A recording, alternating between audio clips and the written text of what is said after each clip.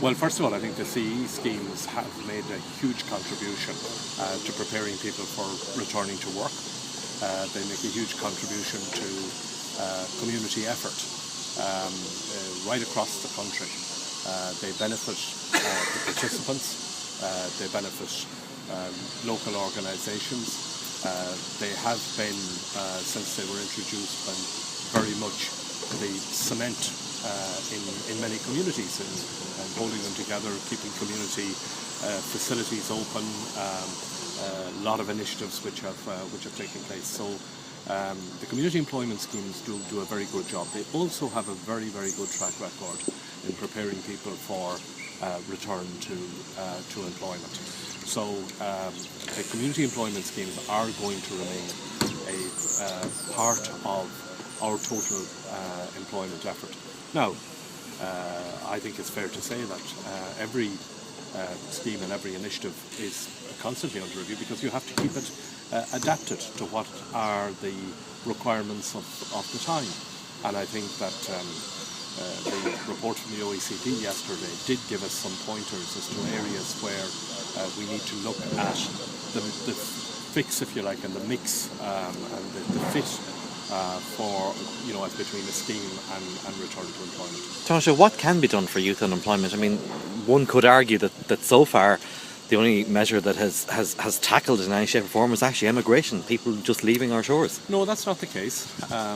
If you look, first of all, the main thing that tackles youth unemployment is the creation of jobs. And we have turned around a situation from before this government was elected, when 250,000 jobs were lost in the Irish economy over the previous 3 years, to one where over 30,000 jobs were created in the last year. We are seeing new employment being created now in the economy at the rate of about 650 a week. Many of those jobs are in industries which, by their nature, attract young people into employment. A lot of the employment, for example, in the IT sector, the kind of employment, for example, that was announced today, the company which does bookings, online bookings, is the kind of employment that attracts young people to it. We have a very high level of youth unemployment. One of the problems has been the difficulty that a young person has, where you can't get a job unless you have experience, and you don't get the experience unless you have a job.